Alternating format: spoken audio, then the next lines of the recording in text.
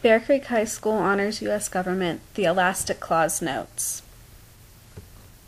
The Elastic Clause also goes by several other names. You might often hear it called the Necessary and Proper Clause, which is one I will use in class occasionally. You may also find it in different places as the Coefficient Clause, the Basket Clause, or the Sweeping Clause. Those are less common, but you could find those. This clause is part of Article 1, Section 8. This section of Article 1 is where it lists all of the powers of Congress. The very last power listed is the Necessary and Proper, or Elastic Clause. It states that Congress shall have the power to make all laws which shall be necessary and proper for carrying into execution the foregoing powers, and all other powers vested by this Constitution in the government of the United States, or in any department or office thereof. So what is that actually saying? What it's saying is that it is giving Congress powers that the Founding Fathers may not have thought of to start with. These are called implied powers because they're based on the need to have powers that our Founding Fathers did not think of when they were framing the Constitution. You may do those if they are needed to carry out powers that were given to you. This clause has allowed a lot of change and a lot of extension over the years. These implied powers mean that anything connected to any other power in the Constitution, even if it's very loosely connected, can be a federal power. This has been applied to expand national governmental power over the years. In addition, it has added, as we have changed with time and technology and new issues have come up, it's allowed the government to adjust and the Constitution to adjust and expand based on these new developments without the need for an amendment or a change to the Constitution. We have been able to use one document with very little change because of this particular clause.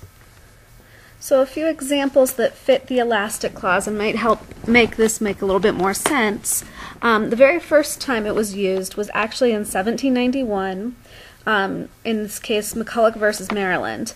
Alexander Hamilton, who you should be familiar with at this point, argued that the United States had the right to start the first national bank of the United States under this particular clause. He said that we have the power of taxation and the power to borrow money as a national government. Those are not implied powers, but rather delegated powers in the Constitution specific to Congress, and said in order to carry out those powers, we need a national bank that allows Congress to do so. The Supreme Court under John Marshall agreed with him, and they upheld this power for the national government. That was the first time this happened, and it set the precedent for it being a way of expanding national power from then on. A second example of this Elastic Clause allowing the federal government to adjust with time would be the Federal Kidnapping Act of 1932. This act is a reaction to the Lindbergh baby kidnapping. When Charles Lindbergh's son was kidnapped and killed, the federal government could not get involved because they had no powers that tied in with that. So this is also sometimes called the Lindbergh Law.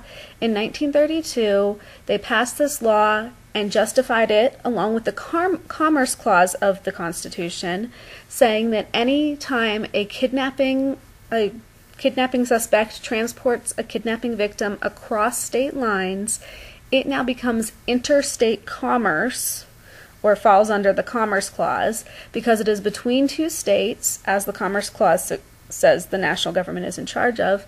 This allows the national government to be in charge of kidnapping and makes it a federal crime. This allows the FBI to get involved and more serious charges to be levied against the suspect. So that was a second time that this law was used. It was not the very second time, but it's a second example of when this was used and expanded the federal government's powers. And finally, the last example I have for you of the Elastic Clause and when it was used successfully was during the 1930s and the Great Depression. Franklin Roosevelt passed many different programs that expanded the national government. He probably expanded the national government more than any other president. And many of these programs were later challenged in the Supreme Court, saying that the federal government did not have the power to do those. The elastic clause, or necessary and proper clause, was used multiple times to justify and find his programs constitutional during this time. So the Supreme Court did side with FDR multiple times during that time. They also sided against him, so it was not always used, but it was a way to expand federal power. So, as hopefully you've been able to tell, the elastic clause allows the federal government to do things that are not specifically written in the Constitution. As we add more technology, this becomes more and more important. Many of the internet laws that are national laws are also aligned with the Commerce Clause and the Elastic Clause, and they give the national government power over that. So we see it more and more as we expand. This clause will come into play as we look at the Constitution and specific events and current events as we go through the semester, so you need to be familiar with it.